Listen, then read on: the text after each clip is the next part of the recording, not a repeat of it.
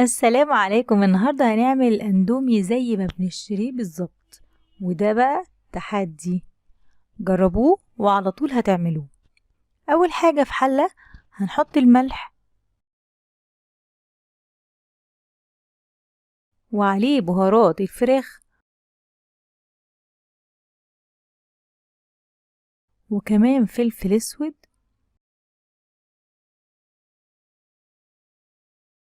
وبعد كده بصل بودر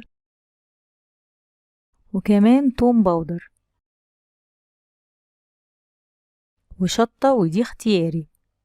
كمان بقى مرقة الدجاج وعليهم معلقة زيت وقلبهم كويس.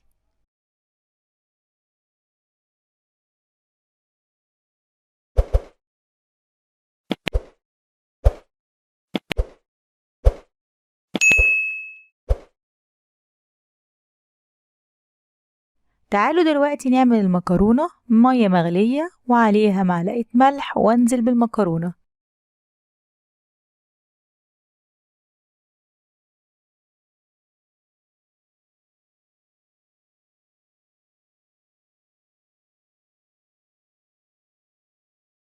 وأول ما هتستوي هصفيها واشطفها كويس بالمية، وبعد كده أنزلها في مية مغلية.